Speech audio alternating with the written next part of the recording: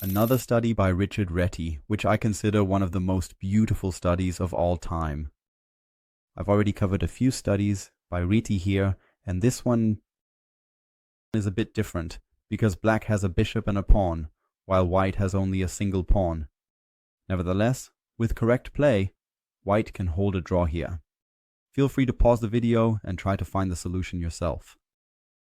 And if you're letting the video play I caught you, please subscribe to my channel. I would really appreciate that. Now let's get to the solution. If white plays e7 directly here, then the bishop comes to b5. Black will try to trade the bishop for the pawn if possible. Black will sacrifice the bishop for the white pawn once it promotes. And this black pawn, that one simply can't be stopped anymore. And if white gets the idea to play king to f7 here, or alternatively, king to g7, well then things look really grim. The pawn just runs through and we are simply too slow. We can't keep up at all.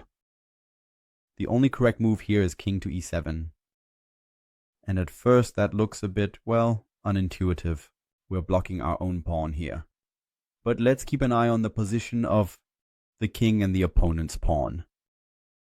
If white had another move here, and believe me, white wishes to have another move here, then the king could get dangerously close to the pawn and, yes, at least threaten to capture it.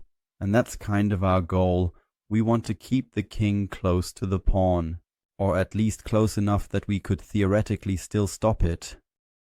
How does it continue? The pawn advances and we move the king to d6. It doesn't look intuitive that we're moving away from the pawn, but nonetheless, we're still staying within the pawn's line of sight, because on the chessboard, a diagonal is just as long as a straight line. The king needs 3 moves to get to g3, but he would also need 3 moves to get to d3. That's why this option is absolutely legitimate and a good idea. And what's behind it will become clear with the next move. g4. And now we play to e7, because now black has to respond. This pawn is threatening to promote, and he has to play bishop to b5.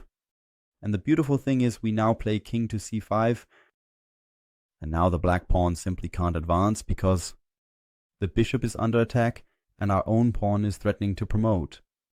And if he doesn't advance, we bring our king into this critical square of the pawn and can stop it. Let's take a look at that. Black plays, for example, g3 here. Then we can capture the bishop with the king, and on g2, we promote to a queen. Black also promotes to a queen. It's a draw, but that was our goal all along. We weren't trying to win here. A draw is perfectly sufficient for us in this position, and that's exactly what we achieved. But what happens if black plays bishop to d7 here? That actually makes sense. Or rather, black keeps an eye on their own pawn. And yes, white can't really promote their own pawn here. Now it continues. King to d4, king to b7. And both kings rush toward the pawn. And white arrives just in time. Now he can promote this pawn here into a queen. And in doing so, forces black to divert the bishop. And it has to move away from defending this pawn here. And then we capture that pawn and secure the draw, because you can't win a chess game with just a lone bishop. That was today's study. And yes, if you enjoyed it, I have more studies by Richard Reti right here. I've linked them for you, so feel free to click on them. And then I'll see you again in the next video.